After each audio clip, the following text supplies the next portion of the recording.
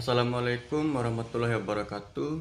Perkenalkan, nama saya Ragi Multi Pratama dengan NIM 2025 011 08 0979. Saya dari kelas 1E Program Studi Guru Sekolah Dasar Fakultas Keguruan dan Ilmu Pendidikan Universitas Muhammadiyah Mataram. Di sini saya akan menyampaikan materi tentang sejarah Pancasila. Di sini Pancasila memiliki latar belakang. Yang pertama, sebelum kemerdekaan Indonesia, waktu itu Hindia Belanda dijajah Belanda ratusan tahun. Kemudian Jepang menggantikan pendudukan Jepang. Yang kedua, saat Jepang mulai kalah dalam Perang Dunia Kedua, mereka menjanjikan kemerdekaan kepada Indonesia sebagai bagian dari strategi untuk menjaga pengaruh.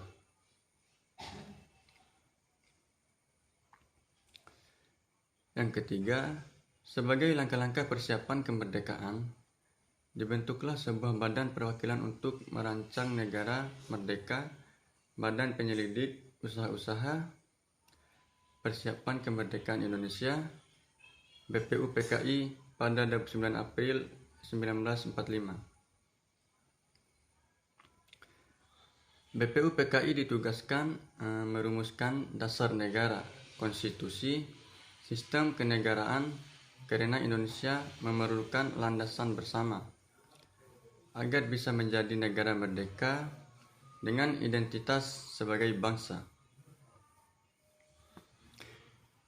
Intinya, Pancasila bukan secara tiba-tiba, tetapi sebagai jawaban atas kebutuhan bangsa yang hendak merdeka sekaligus menjaga keberagaman suku, agama, latar belakang. Sidang pertama BPUPKI 29 Mei 1 Juni 1945. Pada 29 Mei 1945, salah satu tokoh pengusul dasar negara, Muhammad Yamin, menyampaikan gagasan nilai dan asas dasar negara, peri kebangsaan, peri kemanusiaan, peri ketuhanan, peri kerakyatan, dan kesejahteraan rakyat. Kemudian pada 31 Mei 1945, tokoh lain, Soepomo, mengemukakan pandangannya termasuk gagasan negara yang bersifat integralistik, pentingnya persatuan, kesatuan, musyawarah, demokrasi, dan keadilan. Lalu pada 1 Juni 1945, tokoh nasional Soekarno menyampaikan pidato yang merumuskan 5 asas dasar negara yang kemudian diberi nama Pancasila. Soekarno mengatakan bahwa kelima asas itu bukan sekedar usulan, melainkan fondasi atas negara merdeka. Di atas kelima dasar itulah kita mendirikan negara Indonesia kekal dan abadi. Pembentukan Piagam Jakarta oleh Panitia 22 Juni 1945. Setelah pemaparan di sidang BPUPKI, dibentuklah Panitia 9 untuk merumuskan naskah dasar negara agar bisa disepakati semua golongan. Pada 22 Juni 1945, Panitia 9 menghasilkan Piagam Jakarta, rumusan awal dasar negara. Piagam Jakarta memuat 5 asas. Yang pertama, ketuhanan dengan kewajiban menjalankan syariat Islam bagi pemeluk-pemeluknya. Yang kedua, kemanusiaan yang adil dan beradab. Yang ketiga, persatuan Indonesia. Yang keempat, kerakyatan yang dipimpin oleh hikmat kebijaksanaan dalam permusyawaratan perwakilan. Dan yang kelima, kesejahteraan sosial, keadilan sosial bagi seluruh rakyat Indonesia. Rumusan ini menunjukkan kompromi di antara berbagai kelompok nasionalis Islam beragam latar belakang dengan tujuan menghasilkan dasar bersama. Sidang dan penetapan konstitusi Undang-Undang Dasar 1945 setelah kemerdekaan diproklamasikan 17 Agustus 1945 dibentuk Panitia Persiapan Kemerdekaan Indonesia (PPKI) yang kemudian mengesahkan UUD 1945 pada 18 Agustus 1945. Dalam pembukaan UUD 1945, masuklah rumusan final dari Pancasila sebagai dasar negara dan sumber hukum tertinggi negara Indonesia. Dengan demikian, Pancasila bukan hanya filosofi atau ideologi, tetapi menjadi landasan konstitusional, hukum dasar, dan identitas nasional. Proses ini menunjukkan bahwa Pancasila dibentuk secara kolektif melalui dialog, kompromi, dan musyawarah melibatkan berbagai pandangan agar bisa jadi landasan bersama bangsa Indonesia. Makna 5 sila Pancasila, filosofi dan sosial. Sila ke-1, ketuhanan yang Maha Esa, menegaskan bahwa bangsa Indonesia mengakui Tuhan sebagai sumber moral spiritual. Tetapi ketuhanan di sini bersifat umum, tidak membatasi pada satu agama, sehingga memberi ruang bagi pluralitas agama dan kepercayaan di Indonesia. Penting karena Indonesia sangat majemuk. Dengan sila ini, setiap warga berhak beragama, menjalankan ibadah tanpa diskriminasi, penghormatan atas kebebasan beragama dan keyakinan. Sila kedua, kemanusiaan yang adil dan beradab, menekankan bahwa setiap manusia punya harkat dan martabat yang sama, berhak atas perlakuan adil, manusiawi, tanpa diskriminasi. Dengan ini, masyarakat diharapkan menghormati hak asasi, menjunjung keadilan, memperlakukan semua orang dengan rasa kemanusiaan dan etika.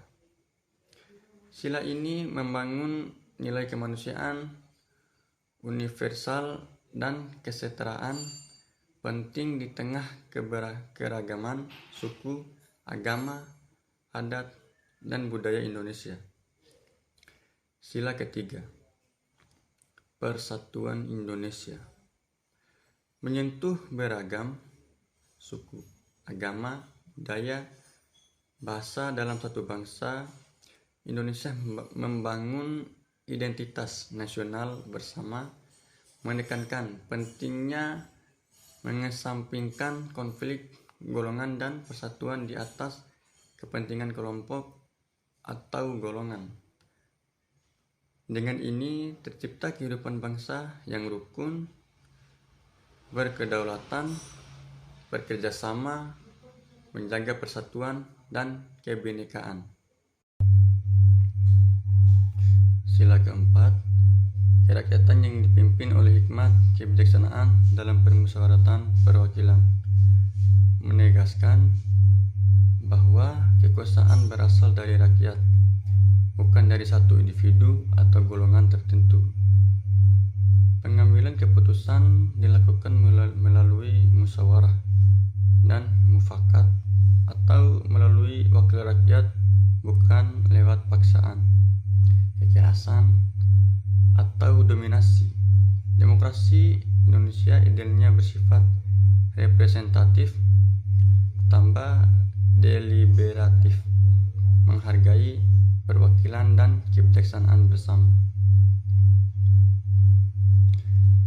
Sila kelima, keadilan sosial bagi seluruh rakyat Indonesia menjamin setiap warga mendapat keadilan dalam hak dan kesempatan, pendidikan, pekerjaan, kesehatan, kesejahteraan, tanpa membedakan suku, agama, status sosial, mendorong pemerataan, kesejahteraan, perlindungan bagi kaum lemah, keadilan sosial, dan distribusi sumber daya yang adil, menjadikan kesejahteraan dan keadilan sosial sebagai tujuan bersama negara dan masyarakat.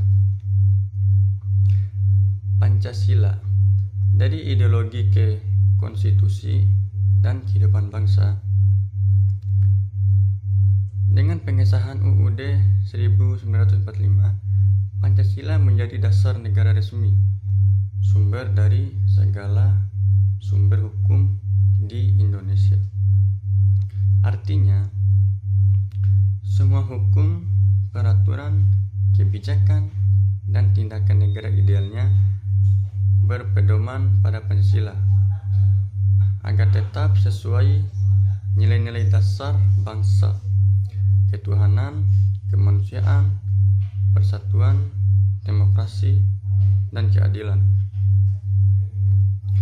Pancasila juga menjadi identitas bangsa, jembatan antara keberagaman budaya, agama, adat di Indonesia sehingga seluruh warga bisa bersatu dalam keragaman, relevansi, dan implementasi di zaman sekarang.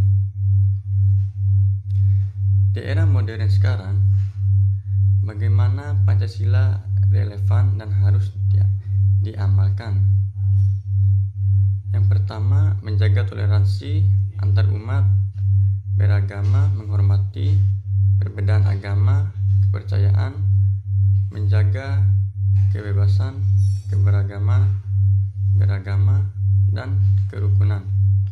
Yang kedua, menghargai hak asasi manusia, keberpihakan kepada keadilan, martabat manusia, melawan diskriminasi, serta menjunjung kemanusiaan universal. Yang ketiga, menguatkan kesatuan nasional melalui solidaritas, gotong royong, rasa kebangsaan, menjaga persatuan meski berbeda latar. Yang keempat, demokrasi dan musyawarah, menyelesaikan konflik lewat dialog, kerjasama, mendengarkan suara rakyat, bukan kekerasan.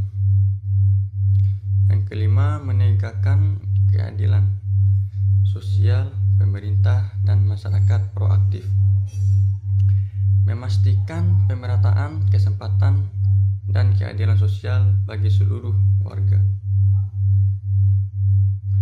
Yang keenam, pesan. Pancasila tidak sekedar sejarah, tetapi pedoman hidup dan arah masa depan bangsa. Pancasila lahir dari proses panjang, penuh perjuangan, kompromi, dialog, bukan keputusan sepihak. Ini menunjukkan betapa besar niat para pendiri bangsa agar Indonesia menjadi negara yang adil, bersatu, dan beradab. Tapi Pancasila hanya akan hidup jika kita warga negara menjaga dan mengamalkan nilai-nilai toleransi, keadilan, persatuan. Demokrasi itu dimulai dari setiap tindakan kecil di kehidupan sehari-hari. Mari kita jadikan Pancasila sebagai pedoman, bukan sekedar materi di pelajaran atau hari peringatan, tapi sebagai prinsip hidup, identitas, dan komitmen bersama. Sekian presentasi dari saya. Apabila ada kesalahan, mohon maaf. Assalamualaikum warahmatullahi wabarakatuh.